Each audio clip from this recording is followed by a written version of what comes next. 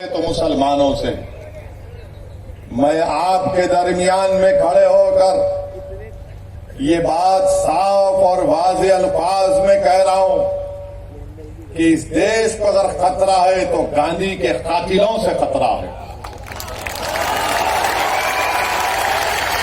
इस देश को अगर खतरा है तो नाथूराम गोडसे को अपना हीरो मानने वालों से, इन जालिमों से खतरा है।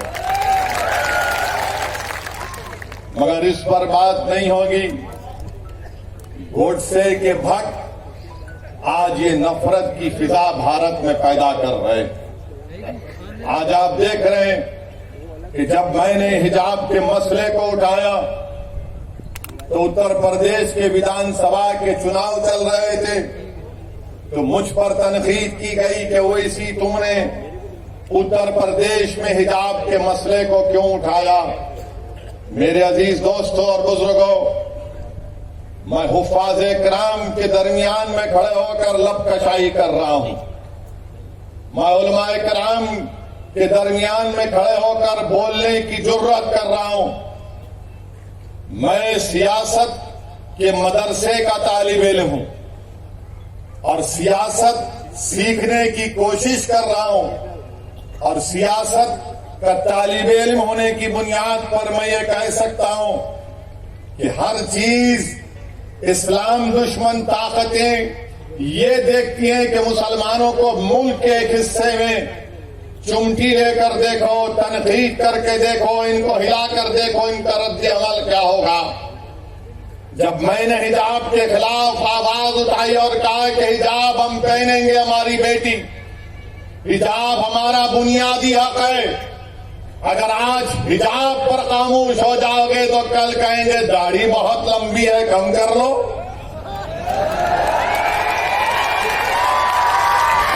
हमारी दाढ़ी पर बोलेंगे, उनकी दाढ़ी पर नहीं बोलेंगे।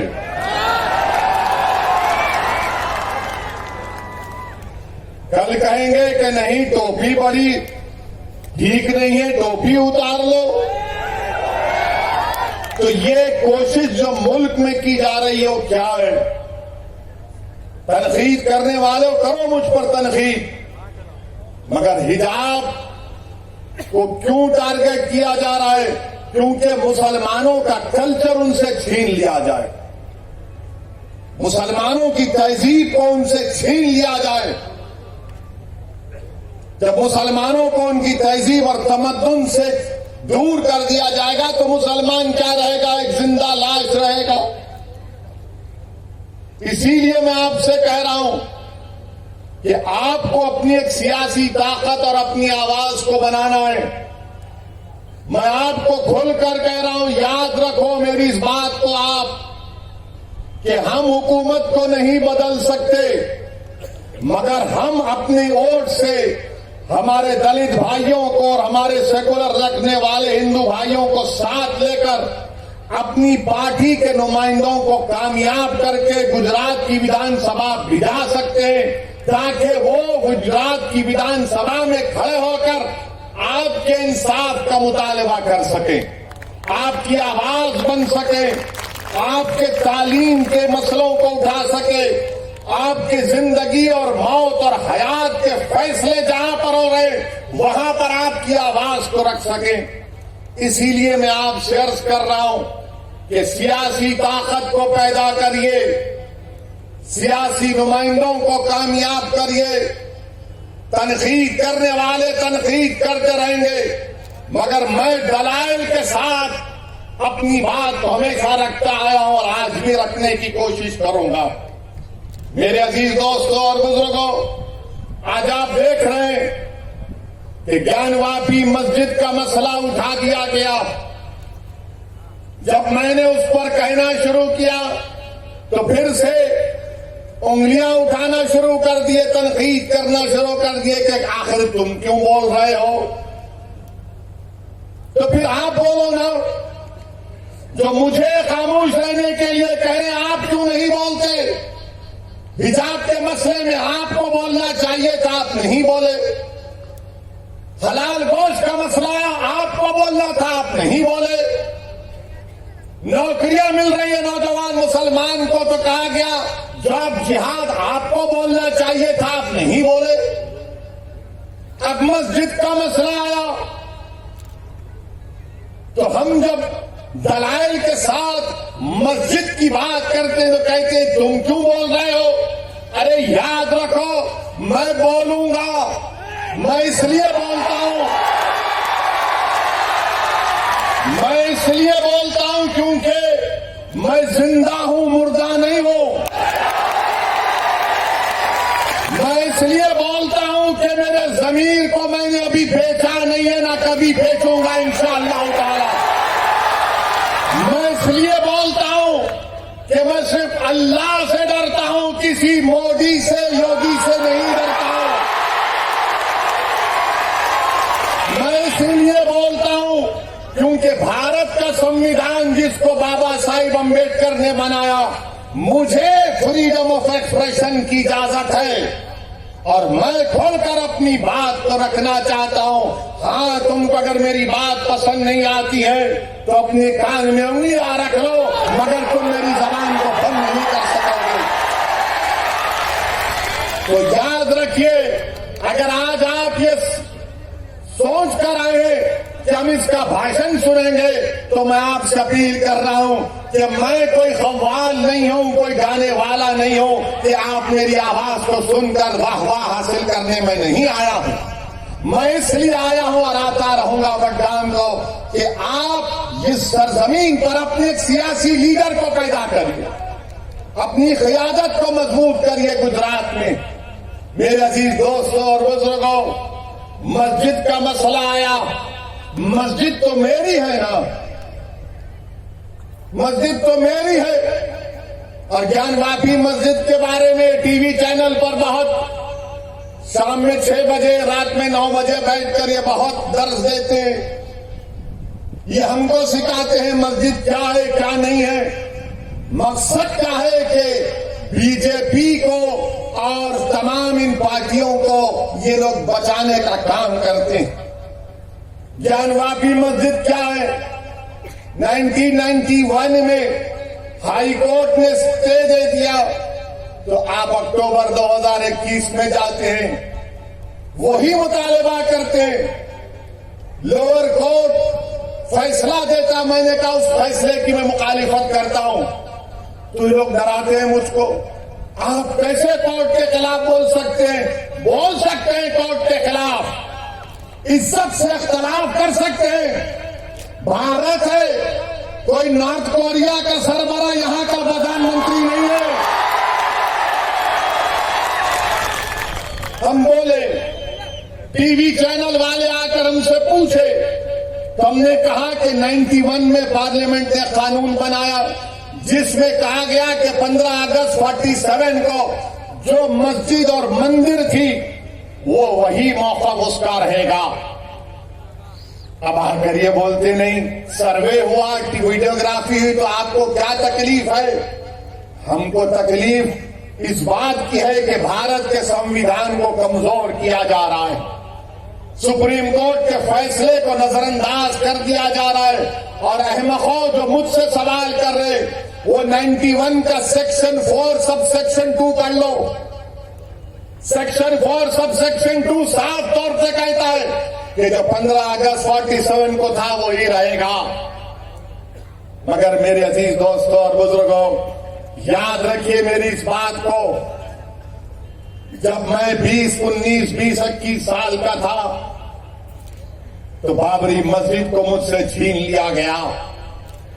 अब हम वही 19, 20 साल के बच्चों की आंखों के सामने दोबारा मस्जिद को नहीं खोएंगे इंशाअल्लाह ताला। क्या आप तमाम लोग अहद लेते हैं कि हम कोई मस्जिद को नहीं खोएंगे? क्या आप अहद लेते हैं कि अब हम कोई मस्जिद को नहीं खोएंगे? अगर अहद लेते हैं तो हाथ उठाकर कहिए नारे तकबीर, नारे तकबीर। इनको पैगाम मिलना चाहिए, मस्जिद को अब हम नहीं खोएंगे। तुम्हारे दिल फरेब और हथकंडों से हम जान चुके, तुम्हारे हथकंडों को।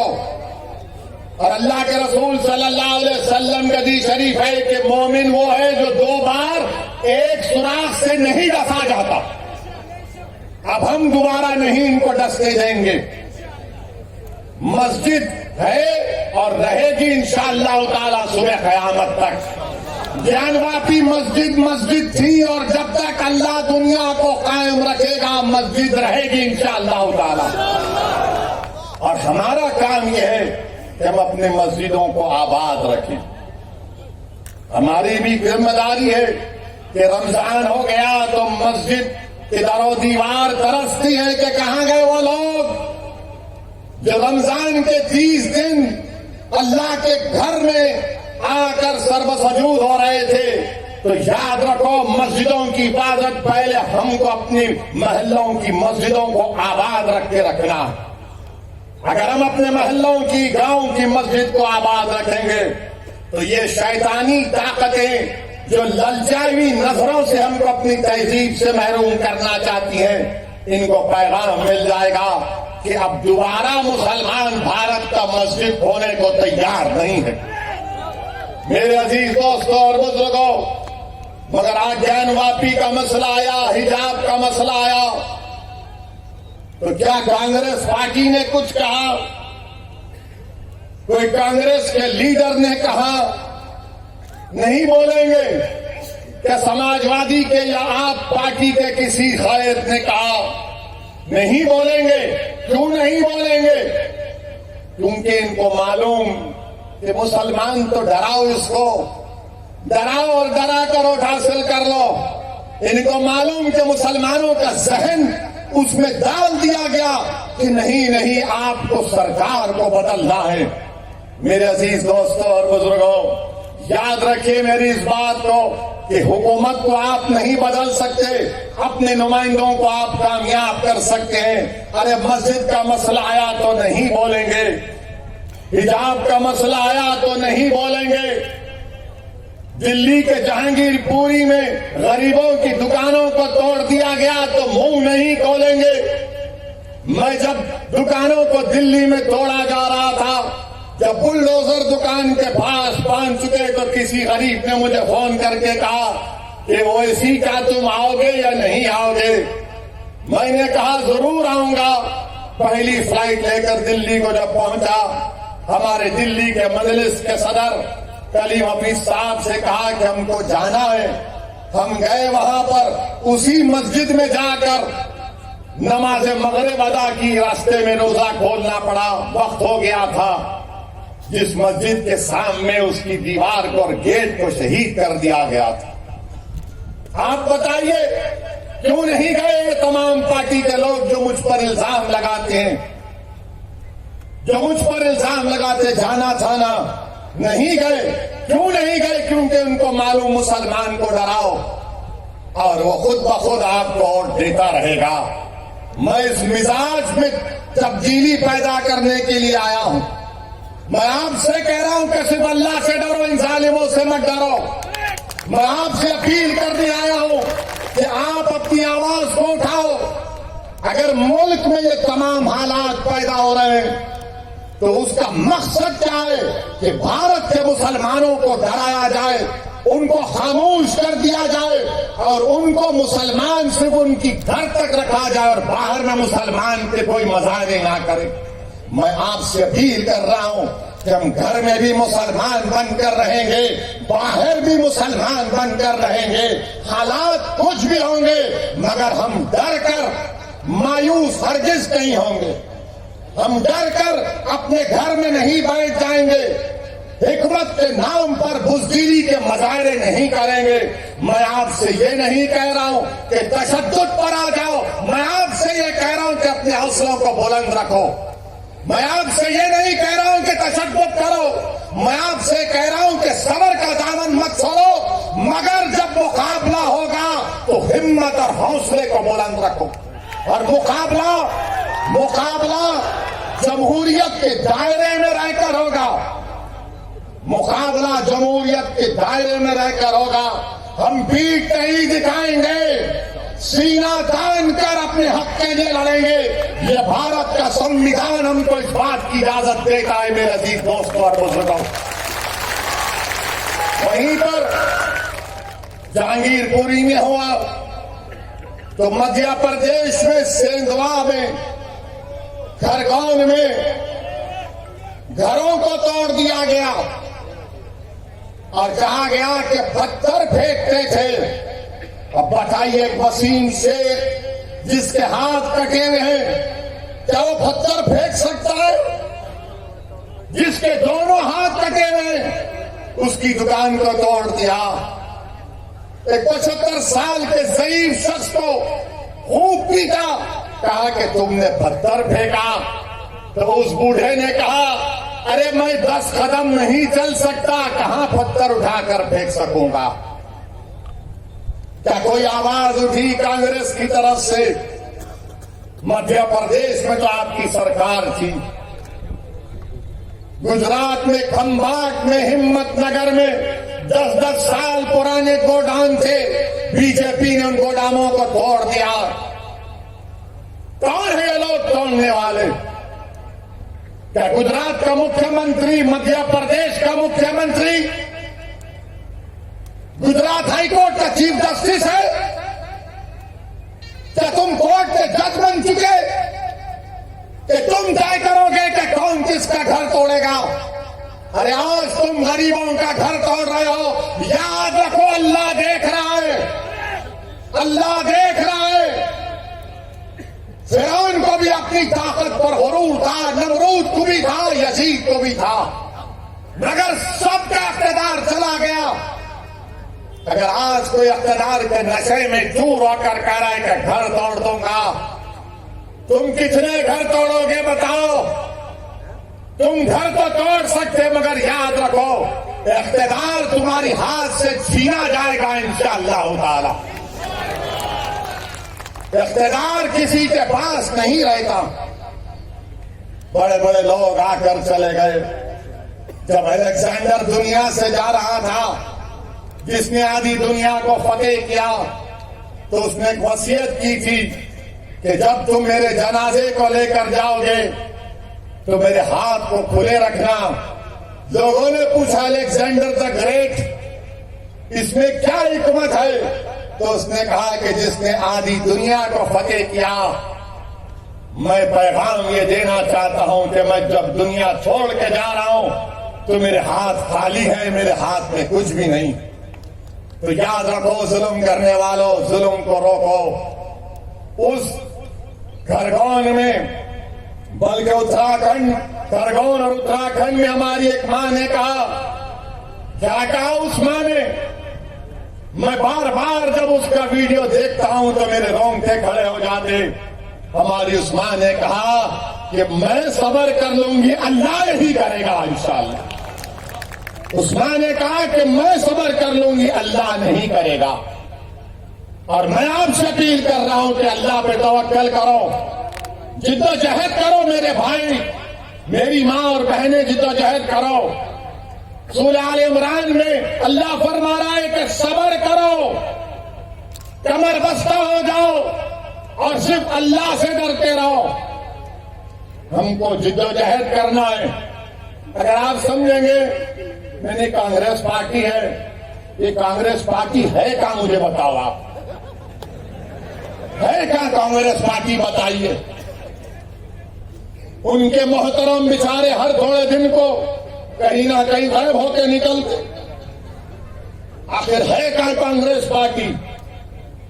लोग हम पर इल्जाम लगाते हैं कि ओवैसी के आने से गुजरात में ऐसा हो जाएगा, ओवैसी मजलिस के आने से वो बीजेपी को फायदा हो जाएगा। मैं कांग्रेस पार्टी से पूछना चाह रहा हूं, आपने गुजरात में आखिरी मर्तबा सरकार कब बनाई थी? बताओ कांग्रेसियों, तुमने गुजरात में आखिरी मर्तबा अपनी सरकार कब बनाई थी? आपको मालूम है? कितने साल हो गए? कितने साल हो गए? बच्चे तो नहीं देखे,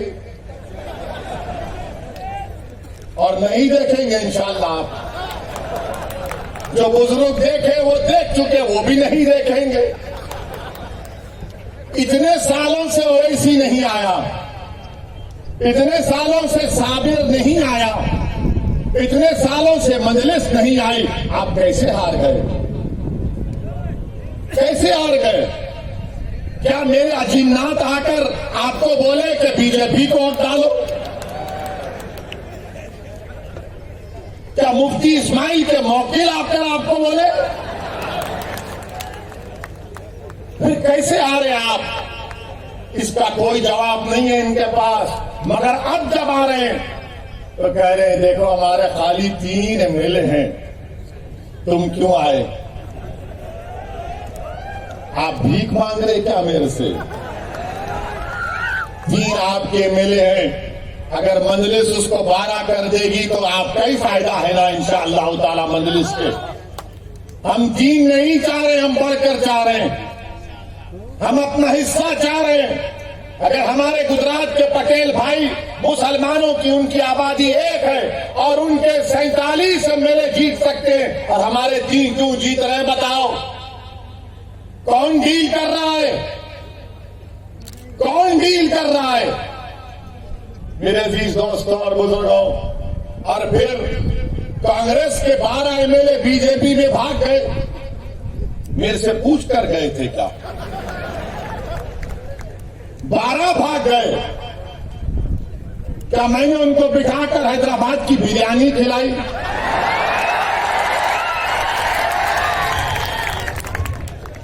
वो तो मेरी बिरयानी नहीं खाए, वो तो नरेंद्र मोदी का दोखला खाकर चले गए बीजेपी में।